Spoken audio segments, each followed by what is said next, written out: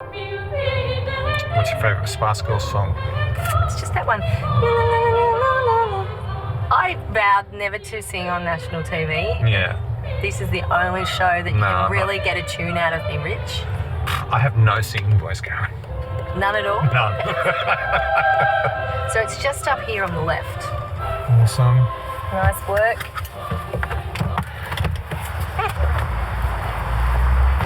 This is a great spice shop, Rich. Great.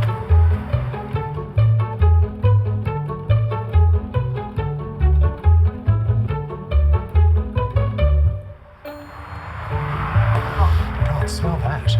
Wow. It's marvellous in here. Hello, Hi, I'm Karen. I'm Grant. Lovely to meet you. Richard? Nice to meet you. Likewise. Welcome to Gavert's house. It's lovely to be here. Seriously, this is the equivalent to a lolly shop for a chef. I mean, it's such an amazing variety here. Tell me a little bit about the history of Gavert's house. Gavert's house started in 2010 by Eva, Maria and their mother Gabby. They're of German descent, hence the name Gavert's house, which translates literally to spice house. And we specialise in mixing and milling all of our spices fresh here in Melbourne every week. When it comes to cooking with intolerances, because that's what we're all about on the Intolerant Cooks, we find the addition of spice really lifts the flavour, especially if you can't add certain ingredients because you're intolerant of them. But we're actually after quite a selection of spices for a couple of recipes. Yeah, come and have a look. Okay. Here we are. Wonderful. We'll start with some whole cloves, Coriander. star anise.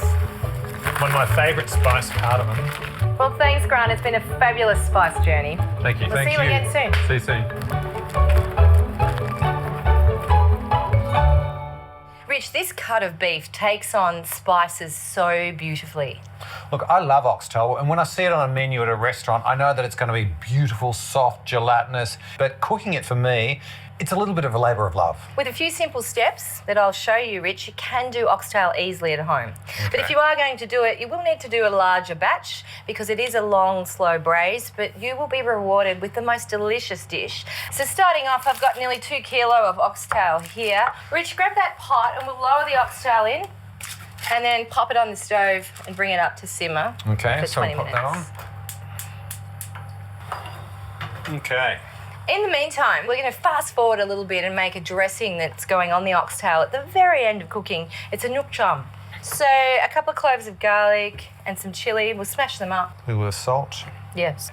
There we go.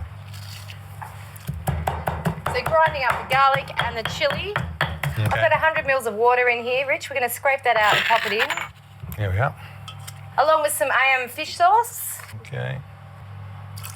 Here we are. So really when you're working on this sauce, you've got the water in there to just mellow everything out. A good punch of saltiness from the fish sauce, sweetness from the sugar. Once you heat this, the chilli and garlic will sort of even out those flavours. Yeah.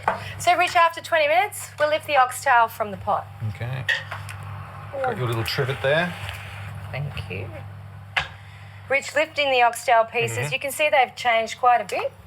They've been blanched beautifully, ready to take on the flavours that we're about to add. So where do we start? We're starting off with a mix of those spices we picked up at Gavert's house. So I've got the star anise, the cloves, black peppercorns, coriander seeds. Tie them into some muslin. So Rich, along with the spices, we'll throw in a couple of chilies. You choose. I'm going to choose some hot ones. And Like maybe 2 or 3, Yeah. Just split them down the middle Yeah. and throw them in. I'm also throwing in garlic, a whole bulb sliced in half. Galangal, you can slice that up, and I'll add some ginger. The whole bit? Yeah, the whole bit in slices. And a couple of lime leaves in at this point. That's it for all our aromatics. Next in with some fish sauce. This is adding a saltiness to the tray. And I've got coconut water going in. 1 litre of coconut water and 1 litre of water. okay. Now we'll just pop some baking paper on top to keep it lovely and moist, and the foil to seal everything in.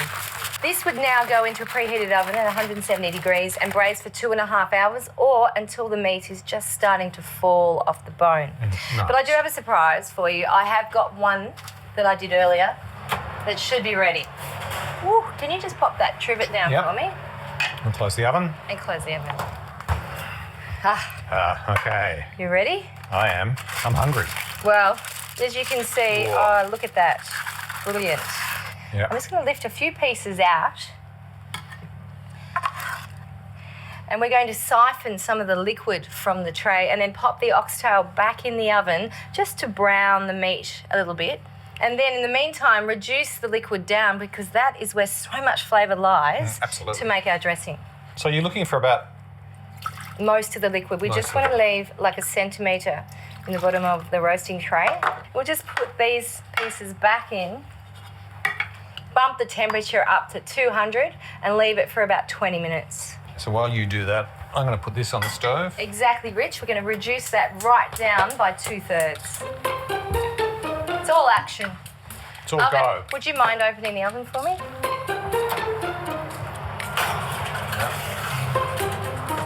Right. Lovely and hot.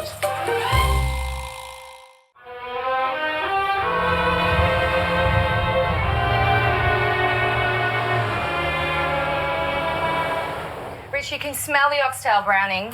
I think it's ready.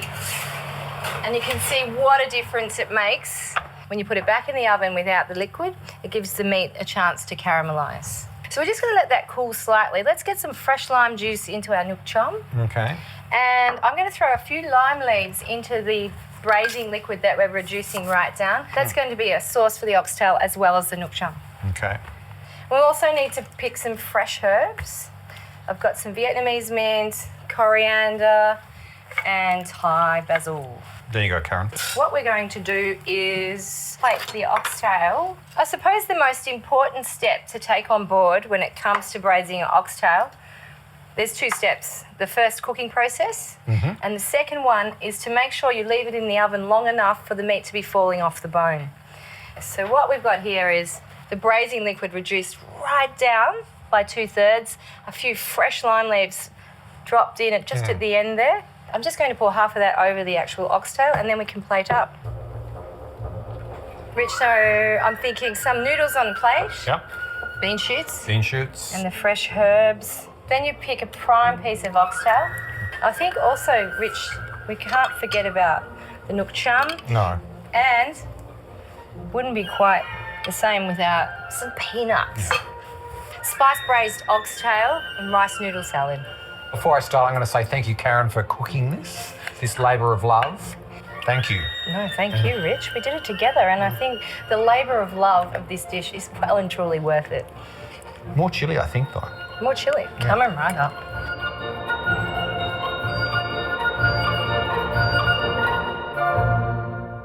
Rich, one of my favourite things in the whole world is slow roasted pork belly.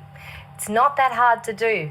You score the skin, rub it with lots of salt, set it on some onions, and just pop it in the oven at about 180 degrees first. Get that crackle going after about half an hour, and then reduce the temp down, and you get the most delicious meat that just falls apart. Look, it's one of life's guilty pleasures at the moment for me also. It is. Absolutely, I love it. Well, I just happen to have 2 fabulous pieces in the oven. Oh, Rich, have a look at those 2 gorgeous pieces of St. Bernard's pork belly. I'm looking. They are the hero ingredient for our Vietnamese rice paper rolls today. Okay. So I was going to cut up a couple of the cucumbers, but if you could do some chilies while I do that, that would be great. Yep. I'm loving our Southeast Asian theme today, Rich. Being gluten-free, having food intolerances, it's an easy way to grab lots of fresh ingredients, eat them really healthily. With IAM sauces, you can do it yourself at home. It's cooking from scratch. Now, the other ingredients going in the rice paper rolls, I thought some toasted rice. Unusual, but delicious inside the actual roll for texture and crunch. Yep. And then, of course, you can't have a rice paper roll without having a delicious sauce. Absolutely. Have you ever wondered what that brownie sort of sauce is? Look, that's one sauce that I tend to avoid Oh, really? because I think that to me it looks like it's got gluten in it. So Wow. I would always ask for the fish sauce and lemon juice and a different version for me So to dip into. traditionally, Yeah. the soft white rice paper rolls, you have this richer sauce. Yeah. But surprise, surprise, Rich, it's gluten-free, this one we're going to make. So we got some IAM coconut cream. So add that to the large bowl there. Okay. Look at that. Beautiful. Then we'll add some hoisin. How much? I'll get you to do the best jobs. Okay. Let's stir in some sesame oil. That's it. Whee, that stuff is potent. Potent. See if it needs a little bit of salt, because if it does, we'll be adding some light soy. Okay. Ah, magic. Magic. All right. So traditionally it would have some peanuts, like that, and some chilli, Rich. So let's go back to the pork. I'll grab this piece. Okay. Look at that. It's cool now. It wouldn't be such a good idea to leave the crackle on the pork in the roll, because you're biting into the rice paper and everything else is crunchy and fresh, and then you get this really Jarring.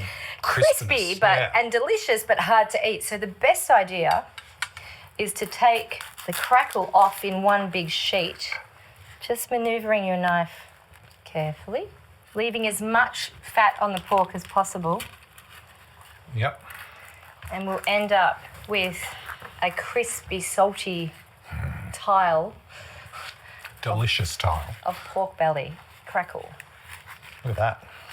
The crackle's going to lift off just like Look at that. that. I had this idea, Rich, Yep. that we would smash the pork crackling up to almost like a crunchy dust. And then when we were eating the rice paper rolls, you dip them in the sauce and then you coat them in a little bit of the crackle, and boom, you get, Flavour. well, you get the crackle, you get the pork, and you get all the fresh herbs happening at once. So to do So- that, pop it inside 2 sheets of baking paper. Yeah. And now, Brilliant. there we are. Superb. With the pork belly, we're going to just cut this in half, just like that. So I'm just shaving pieces and then popping. Look at that. So I think we're ready to start rolling. Rich, to make a successful rice paper roll, you just go whoop, pretty much straight through. It's still very, Papery. very papery at this stage. Plonk it down. Start with whatever you want to see through the rice paper roll when it's rolled. Let's go with some perilla and some coriander down first. I'll follow on with some chili. And the other thing I'd really like to see is some of the toasted rice. Next in with the vermicelli. Yep. Cucumber, 2 pieces, a little bit of a crisp, Bite. fresh bite. Then let's go with a little bit of fresh iceberg, crispy and green. And then a piece of the St. Bernard's slow roasted pork belly on top of that. And you're literally pulling the ingredients towards you Yep. and fold the edges in. And if you want to garnish with something hanging out of the roll to look very pretty, you could do that at this point. And then roll tightly, and there you have it. Rich, I think we've done a brilliant job on these crispy pork rice paper rolls. That was cool.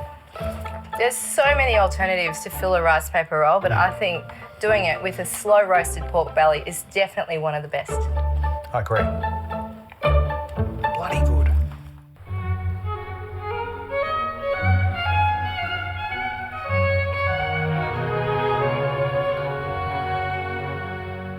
Jackie, welcome back to the Intolerant Cooks. Thanks, Karen. Hi, Richard. Hi. Hi. Now, being a nutritionist and a naturopath, tell us about your unique role with Richie's. Well, I have the very lovely job of choosing all the beautiful products that are in the healthy living sections, and I'll only put things in that I would be happy to buy for myself and my family. So what would that be? What are the first things you think about when stocking a pantry? Always I'm looking for organic and biodynamic and as clean as possible if they're not going to be. You know, we're looking for chemical free. Yeah, absolutely. And then we've got all the considerations, so gluten free, dairy free, vegan, paleo. As far as the pantry goes, I mean, I think it's really important just some little changes that people can make, you know, that they can just use every day in their recipes to really improve the nutrient status of their food. That's what we love at the Intolerant Cooks is, you know, cooking with good salt, good pepper, good oils, good vegetables. And it's all that whole, Richard, you know, it's a whole salt, unrefined salt with all the trace minerals. So just making those little changes, you know, you're actually making the food really nourishing. And we're all time poor, we're all busy, you know, I'm a busy mum and I'm working, and you know, you just want to go to one location and grab everything you need for a healthy meal, Well, Jackie, it's been fabulous having you in and chatting again. So Aw, thanks for thank dropping you, by. Karen. My pleasure. Thank you. Thanks, Richard. Bye. Hey Rich, we're making a spiced maple, date and pumpkin cupcake. Now I've roasted the pumpkin off because I want to intensify the flavour and the sweetness of the pumpkin. You'll need 100 grams of pumpkin for your icing later. And I will take 300 grams of pumpkin and pop it in the food processor just to kick this recipe off. I've got 250 mils of So Good soy milk, and I'm going to sour it slightly by adding a tablespoon of apple cider vinegar. Right. Next in, we've got 100 grams of dried dates. So these were just chopped up and I covered them with boiling water, and it almost turns to a rich paste. Yeah. Look. Next in with 2 tablespoons of Nuttelex or a dairy-free butter. Following that, we'll add a tablespoon of coconut oil. So coconut, pumpkin is a marriage made in heaven in a way. Well, speaking of flavour marriages that go really well together, maple syrup, pumpkin, dates, perfect. So this is 2 tablespoons of maple syrup, and 2 teaspoons of vanilla extract. Then we'll add 3 eggs. Literally just throwing all this in, it couldn't get any easier. And then now we'll add this soy milk with the vinegar.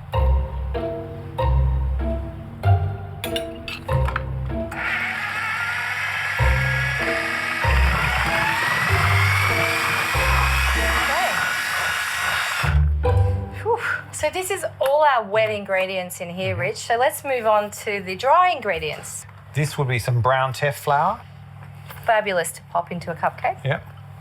Followed by 100 grams of self-raising gluten-free flour. Yep. Now, Rich, pass me that plate. There's a lot going on here, but Yep. remember how we went to Gevert's house? Yep. Picked up those fabulous spices. Well, this is where some of them ended up. We've got 2 teaspoons of cinnamon, 2 teaspoons of ground ginger, half a teaspoon of cardamom, And that one? and this one is some nutmeg. This is one of my favourite spices. And then for lots of lift, we're adding 2 teaspoons of baking powder and a teaspoon of bicarb soda. So, Rich, I'll add those in for you. Okay. Gentle stir.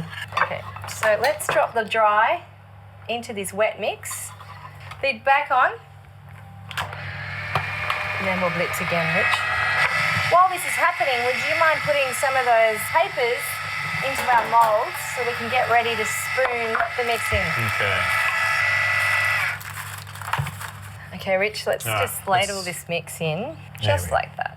They're going to go in the oven now for about 25 minutes, and it's a preheated oven at 170 degrees. Okay. You're going to get on to making some fabulous icing now. All right. Okay. How do I do that?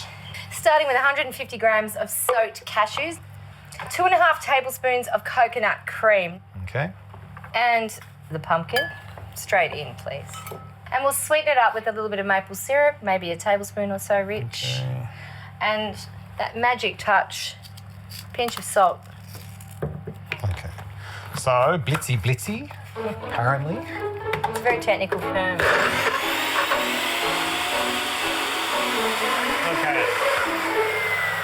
Have a look at that. Have a look at that. Maybe just put it into the bowl, Rich, Yep. and then we'll need to chill it right down before we ice the cupcakes. And how long have we got left? Well, we've got a little while, Okay. because the cupcakes have got at least another 15, 10 on them. Okay. And then they'll need to cool Can I down. spin an idea by you? What do you want to do? Can I go out there and have a paddle? Ah, why not? I'll get onto these dishes then, shall I? Yeah, absolutely. Like that's going to happen.